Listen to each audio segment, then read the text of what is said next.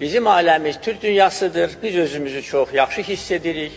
Bütün Türk dövlətləri təşkilatına üzv olan ölkələrlə qardaşlıq münasibətlərimiz var və bizim siyasətimiz Türk dövlətləri təşkilatını gücləndirməkdir. Hey, hey, hey, hey.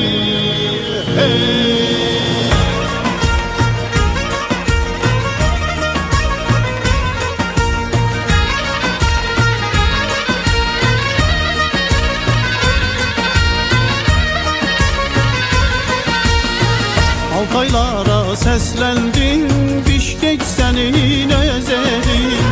Şuşa çağırır seni, Oğuz babandır seni. Altaylara seslendin, Bişkek senin özelin. Şuşa çağırır seni, Oğuz babandır seni. Bakı, Təbriz, Ankara, bir naxışdı Buxara. Yaddan çıxmaz Astana, duram elim sen benim, canım vətənim benim. Bakı, Təbriz, Ankara, bir naxışdı Buxara. Yaddan çıxmaz Astana, duram elim sen benim, canım vətənim benim.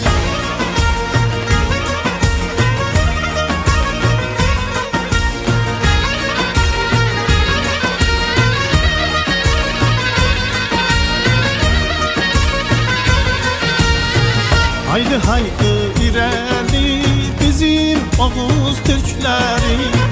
Biz yazarıq dastanı, bəşər tanıyar onu. Haydi haydi irəli bizim Oğuz Türkləri.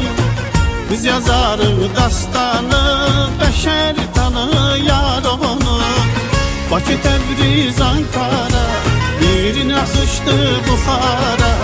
Yaddan çıxmaz Astana, duram elim sen benim, canım vətənim benim. Bakı, Təbriz, Ankara, bir naxışdı Buxara.